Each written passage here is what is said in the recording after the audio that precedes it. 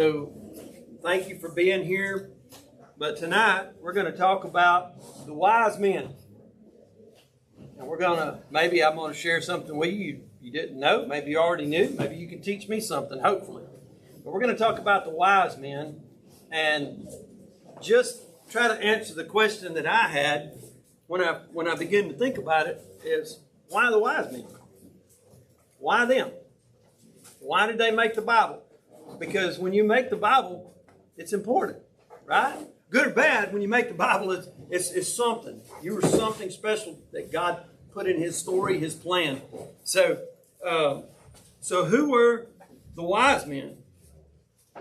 Well, first thing, when we talk about wise men, we sing songs like "We Three Kings of Orient Are," right? When we talk about the wise men, we always say there's three of them. But do we really know that there's three? Right. So there could be many more of them. We know they give three different gifts, but we always associate just three of them. And then, of course, there's a lot of speculation. I don't know again, but let's just take and look over this, right? We're going to take an aerial view of the wise men tonight. So we know because of the gifts, we think there's three. Now, there's a lot of tradition that I looked up, and movies have depicted this, and other people hold to this, that says there were three of them, and here's their names. So their names are Gaspar with a G, or Caspar with a C, Melchior, and then Balthasar, or Balthazar, spelled two different ways. But again, the Bible doesn't say, so this is what? Unknown. Some traditions, some believe this, some think there was ancient writings. But for the sake of this, we're just going to say that we don't know. But I think it's important that we just look at some things that we can learn from them. So we know that the Magi, as they were called, or the wise men, all the same thing. They came from the east. We know that, right? And they were real. And one writer said that they were real, but they're symbolic too. So again, the Bible deals with a lot of symbolism. So we know that these three men confirmed what? The ancient prophecies. They confirmed ancient prophecies about Jesus being the Messiah. That was the real part. The symbolic part was they showed, one writer said, that He came to save all people, rich and poor, learned or unschooled, from anywhere in the world. That's a good lesson to be learned from that. They said that they were probably wealthy travelers, these guys, because of what they brought, just who they were. And so they're on the opposite end of kind of the social economic scale, as they say. Whereas the shepherds were on the other end of that scale, right? Because again, I love talking with people about the shepherds, because I think they're so significant too in this story because of the angels talking to them. But again, shepherds were not really considered, they were not the ones you invited to your parties at your house. I'll say that, right? They were kind of outcasts a little bit. Why? Because they probably smelled a little bit. That was a lowly job. They were looked down upon, but they were important and they had a job to do. So you got from the shepherds to these wise men, the whole spectrum, the scale of economic. So the designation, right, that they were called Magi refers to a Persian religious caste. So this is why they think they come from Persia, some of them. But when this gospel was written, they said the term was loosely used for astrologers, seers, and fortune tellers. So again, there's a lot of speculation, on all this, but really it's kind of the same category. But the Magi just kind of leads you to, they come from the east around Persia. And we'll look at some more prophecy on that in a minute. This is what I think is neat. And my buddy and I were talking about this, I think this just last week. you think about why, if these guys were astrologers and they didn't really believe in God, how did they know about the star? So I love to go back to the prophecy of Daniel, right?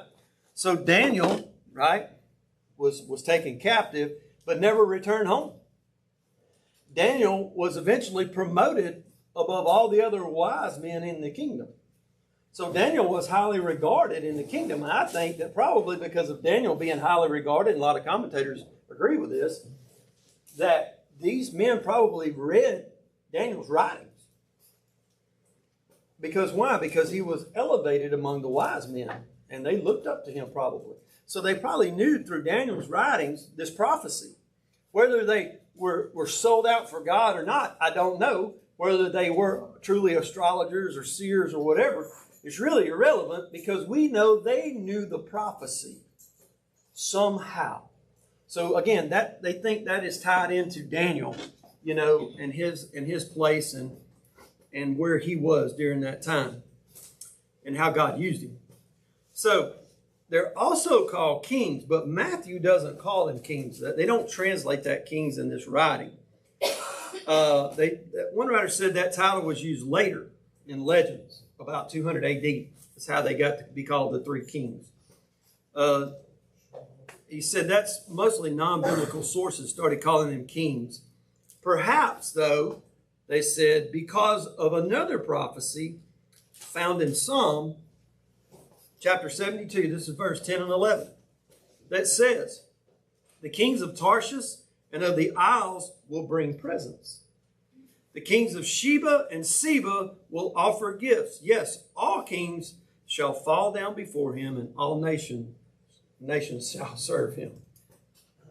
All right, so it's like Brother Dummer and I talked about, the Bible is such a wonderful puzzle when you read it and study it and you go in to put the pieces together. Again, it doesn't specifically say that, but we see all through Psalms David's prophecy that David probably didn't even realize was prophecy when he was getting at the time. But I love it. There's just little pieces, right? This little piece fits here. It's kind of like, for those of us that remember putting puzzles together, it's like you throw that thing on the table and pieces go everywhere, right? And that's the challenge of it, is trying to sort through all of them and figure it out. And that's the way the Bible is, right? We got our foundation, which I say are our edges, right? And then we got to fill in everything else in between. Now, whether we ever get to that fully, I don't know. But God will finish the puzzle one day for us. So, but I love these little bits and pieces that they have. Now, we also know that that a lot of people lean more to astronomers because they followed a star. Right? We know that through the Bible. Isaiah prophesied and says, the Gentiles shall come to your light. That's capital Y, your light. And this is Isaiah 60, verse 3. The Gentiles shall come to your light, and kings to the brightness of your rising. Isn't that beautiful? There's another one. A little piece of the puzzle maybe that helps us understand the wise men. Now, so let's talk about their journey, right? So they follow this star, right? So they follow the light, right? I love to call it that, the light, because we know Jesus is the light. The light or the star, or they call it his star. We have seen his star. So they knew specifically that star represented the Messiah. And that was what they followed. So I didn't know this until I was talking with my buddy the other day. So I had to look it up again tonight. But a lot of people think this is what was prophesied in Numbers chapter 24, verse 17.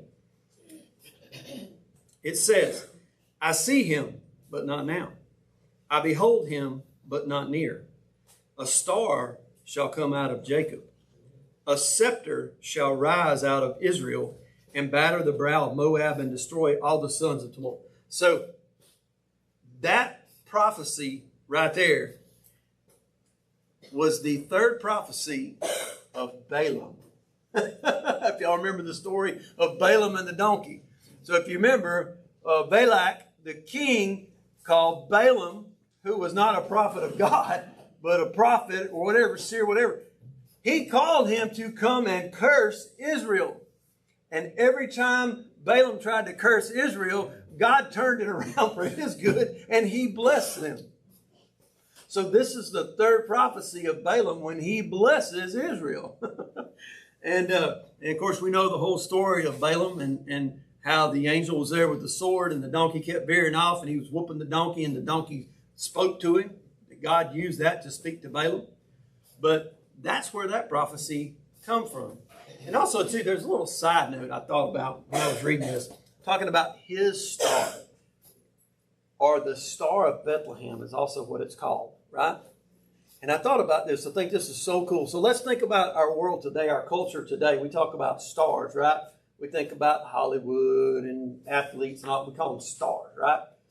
But the Star of Bethlehem was born that night, because there's never been anyone greater come out of Bethlehem than Jesus Christ. And I thought about that, how fitting that is, a title, the Star of Bethlehem. I know it was a star, but there was also one that come out. So the wise men, they take their journey, which most people say was between 800 and 900 miles. That's what they traveled, right? So 800 to 900 miles, give or take, they traveled, which was not fast back then. They didn't have airplanes. They didn't have automobiles. So this was a long journey. Most people believe it took them a year plus to make this journey. Okay? So we got a timeline. So they finally get to Jerusalem. Where's the first place they go when they get to Jerusalem? To Herod, to the palace. Because where do you go to look for a king? In a palace. So I thought about that. They go to look, but it was all part of God's plan. So when they get there and they said, hey, we've come seeking the King of the Jews. We've seen his star. We followed it. And Herod's like, what king?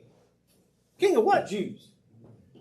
And that's the first time he finds out about it. And he goes to all of his wise men, has them, and they have to go back and dig through a prophecy out of Isaiah that says he's coming.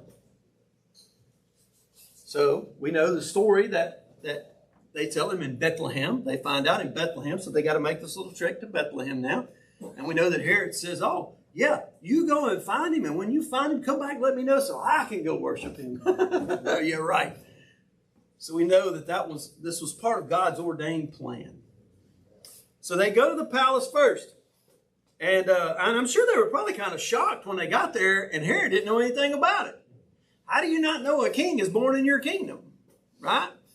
But he didn't. And we also know another thing about the wise men.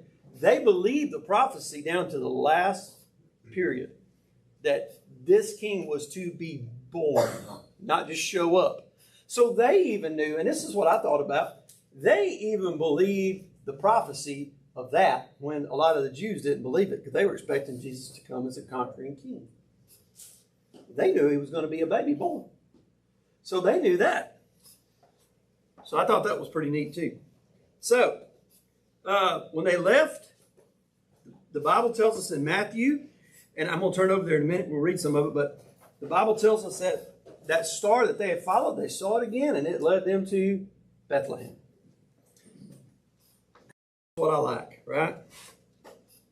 So when they left Herod's palace, right, they left Jerusalem, it says this, and behold, the star which they had seen in the east went before them. It moved, I guess, right? I'm just saying, it guided them. And stood where the young child was. When they saw the star, they rejoiced with exceeding great joy. So I looked that up. I was like, I've never really dove off into that, so I looked it up. Why did they rejoice? Well, again, there's a lot of different opinions, but they rejoiced when they saw the star. One writer said this, and I like this. He said, this joy reflects the fulfillment of their long journey and the anticipation of meeting the prophesied king. It also signifies the joy that comes from divine revelation and the fulfillment of God's promises. So you see how all that ties in, right? So there's several things we're going to learn from the wise men. Another tradition that my wife and Brother Delmer and I talked about this. Another tradition my wife has called me at times the nativity police over. Mm-hmm. The wise men were not at the stable, folks. Just so you know. Oh, Brother Michael, you got that wrong. Well, if I do, then Matthew wrote it wrong. Because when they got there, what does it say? And when they had come into the house, they saw the young child, not a baby. So this took them a while on this journey. Now, I know that there's a lot of people don't agree on that. But again, I know it's been a tradition for us because I will go by a nativity set and I'll see the wise men and I'll say, and Deanna will say, don't say a word. That's why she calls me the nativity. Jimmy. Here 1 to 2 years old. Exactly. So, and how do we know that? And how we know that, rather, is we read on over in Matthew, when they don't show back up, Herod wants to get rid of competition. And he tells them to kill every male child 2 years old and younger. He's not taking any chances. So we know it's been a while, right? So, again, I know some people, they don't like to hear that, but that's just the truth, y'all. That's what the Bible says. So, by the time they meet Jesus, he's not an infant, but he's a child, which a lot of people say would indicate that it was a year or longer journey that they took. Right? I don't know. You travel 800-900 miles by camel or whatever they had. No, thank you. It'll probably take you a while. Right? I mean, even on a horse, that's a long journey. But 800 or 900 miles. So, but they arrive, right? And this is a great part of the story too, right? So they not only believed the prophecy about the star and followed it. They believed, right, that he would be born a baby. But they believed this child was the promised Messiah because when they came into the house, they fell down and worshiped him. Now, pagan astrologers or whatever people want to call them, they believed it to their core that he was the promised king. They fell down and worshiped him. Now, with that said, a lot of people say, well, the wise men were pagan. Again, I don't know. But I know that God can use anybody. And we talked about this earlier. God can use anybody, right? He used Balaam. Balaam was paid to curse Israel, and God, through him, blessed him. Right? He used Nebuchadnezzar. He used Pharaoh. He used all of them through the Bible. Cyrus did what? Restored, let them go back. Right? I mean, all these people God used and set up. So again, you never know. But God's plans are what? Higher than ours. His thoughts are higher than ours, so his ways. So then they give him gifts, right? And we're I know everybody's pretty familiar with these gifts. But one writer said, doesn't it seem that's an unusual thing to bring a baby? What they're fixing to give him, right? So their gifts, right? One writer says, though unusual, right? Have a meaning, most Christians believe. There's a purpose behind them and a meaning for Christ. So again, the goal is affiliated with kings. And Christians believe that Jesus is the King of Kings. Amen to that. I believe he is. The frankincense, right, was used in worship, right, for incense. Represented the people worshiping, praising Jesus, right, because the incense was offered up to God. And then the myrrh, of course, was something that they used on bodies to help embalm them. And we all know that that Jesus was, he was set to die from the time he was born for us. But then another writer wrote this on the end of this. So after they give them the gifts, he said, we all know that God come and spoke to them, right? And told them, don't go back to Herod. Don't go back to Herod. And they took another route. But one writer brought this out. He said, by doing this, God honored these wise men by warning them in a dream. That was God's honor to them. They had honored his son, so he honored them. So there's a few things, and then I'll open the floor up for everybody, but the few things I want to share with you on this that we can learn that I love. Though the Magi were both real and symbolic, right? As real men, one writer said, these three kings confirmed ancient prophecies about Jesus being the Messiah, right? They did that, so we can learn that. Again, that there's a lot of characters that says go unnamed in the Bible, right? The blind man, I mean, we don't know what a lot of these people's names were, right? The woman with the issue of blood, we never see her name. But he says many characters in Scripture go unnamed, but they all point to Jesus Christ. Like these, that this is the manifestation of God's love for humankind. So I love that.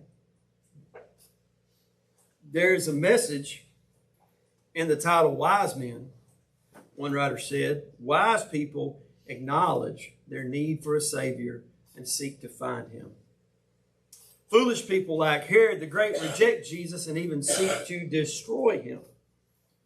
So that's where we get the phrase, wise men still seek him. Right? Wise men still seek him. So Jeremiah 29:13, I love this because he says, and you will seek me and find me when you search for me with all your heart. And I do believe that these wise men, they put some time and effort into this journey. I mean, think about 800-900 miles. They believed it so much that they were willing to take this trip. And I'm sure it wasn't an easy trip, right? And I know that movies have depicted them and, and it looks like, they're just out on the Sunday drive, right? But I got to thinking about, man, it's probably cold. We know it's cold in the deserts at night, and it's probably rain, and it's hot, and all these different things. And they got to travel from what? From either city to city or water source to water source, right? Because they have to have that. So this was a long journey. And then there's one movie that depicts them as, they got this, this group of servants with them that travels with them. Well, if you're a servant and you're having to walk, you can only walk so far. I mean, the camel could probably outwalk you, but again, we've taken this and we've made it this beautiful picture again. Kind of like I always talk, we talk about the ark. Every picture of the ark is just this beautiful boat with a rainbow and all that. But what we don't see is all the scratch marks on the side of it. And the people trying to get in that picture. So this journey was not just an easy journey. It was a hard journey for them. So I'm going to open up the floor now. I know Brother Delmer studied on this. I didn't tell him I was doing this. This is just something he studied. Yeah. So, any comments? Anybody? I'm going to say this. God was in complete control of this situation. And let me tell you why. Because Herod told the wise men, go, and when you find this baby, you come back to me. But they didn't pay no attention. They followed God because God is in control. God told them, and they went around. Ain't that amazing? That's amazing. And I think about that, and I think to myself, if they did not listen and went back, God could have just took them out right there.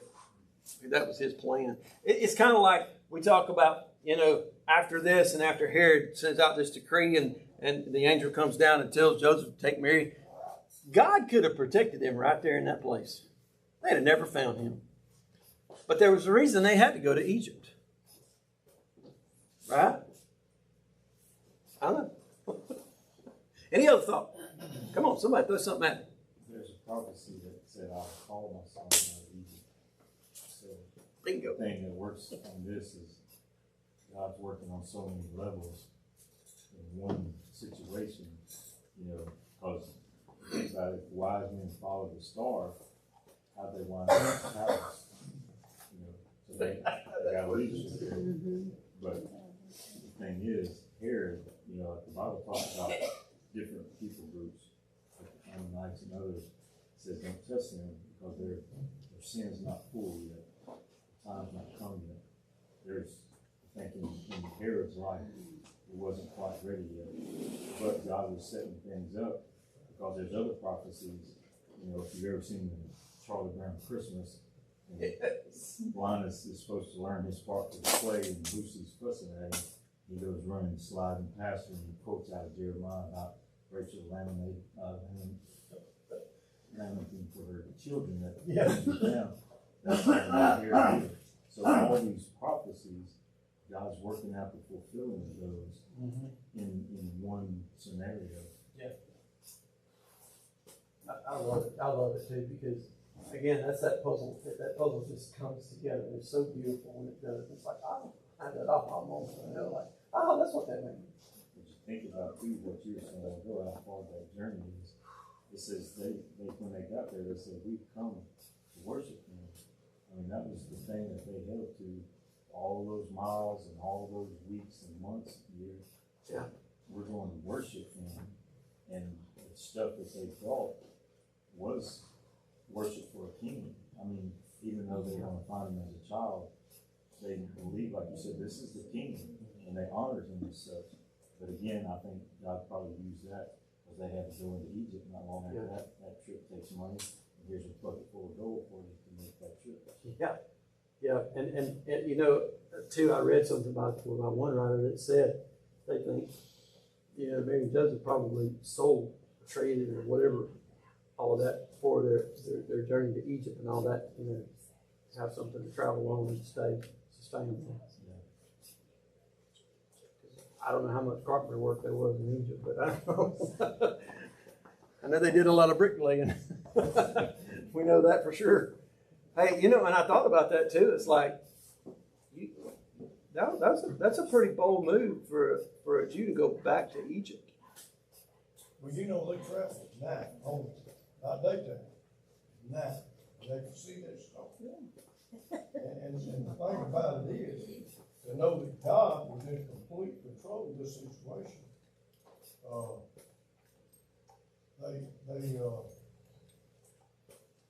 What made that storm move?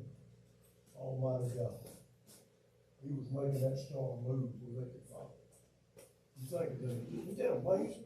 Yeah, it is. It's just an amazing story. And I think about to myself, how many other astrologers during that time saw that star, maybe didn't know what it was. They probably wrote about it and didn't realize what they were writing about. Well, that's the same as when Herod got all the wise men together, they knew exactly when and where Christ was supposed to be born. They weren't looking for him. You know, I wondered to myself, did he execute any of them? For not telling him. You know, because I mean, you look at Nebuchadnezzar, right? They were all fixing to die. So God took care of that and interpreted the dream. You know, so God was setting all that up, and that's probably why Daniel was taken captive, so he could not only that show the power of God through him and what faith was, but he's also there to write the prophecy that probably these guys read, and may have not have read it, wouldn't even had interest in it. Like, I was not reading that Jewish writing, but they did. They read it, and they believed it to their core. You know, that star had to be a planet. You think about it. Had to be bright. I know that. It had to be a planet. See, it had to be a planet. And God was moving that planet. It was Oh, something. when you got to blow your mind. Yeah. I don't even know what it was, but I know one thing. When you're the brightest thing in the sky, yeah, Jim. That king that had his wise men go out and seek, find him, come back, you know. Yeah. Follow, and then why didn't they see that star when they left out of there? Exactly. Follow it, because you know they told the king that they followed the star there, and it was so bright. Why didn't they pick up the star? I've often wondered, could they even see it? Or could the wise men see it only? That's right. Thought about that too. Because you would have thought, with it being that bright, that a lot of That's people would be there, been following it. Like, what is this? Let's go see it. Because they done told them they followed the star there, thought he was born. Why Yeah. wouldn't they have followed that? Yeah. He'd sent his own men out to follow that star. Yeah. But like, they were probably like, what star? You didn't see that? Nope. Okay.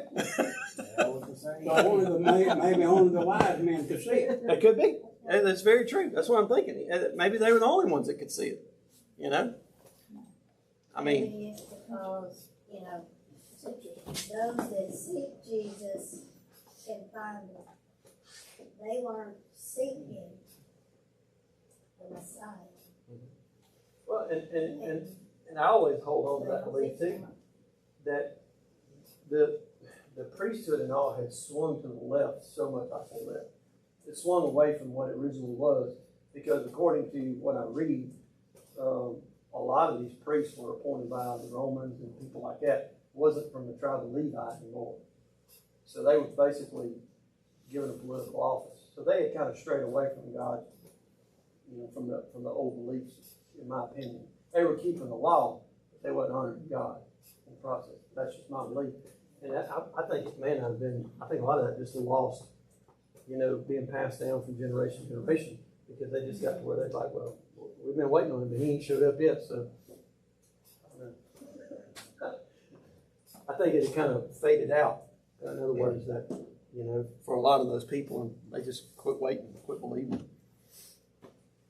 Because even when he came, they said, well, no, that can't be him.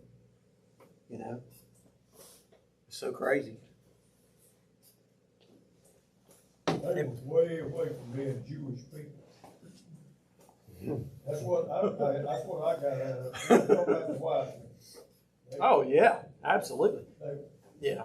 Like a lot of people tried to say that, well, they were Jewish exiles from years ago. Well, again, I don't know, but I know that the Bible says they were men from the East. It doesn't say they were Jews from the East or Israelites from the East or whatever removed. It says they were wise men from the East. So, anybody else? All right.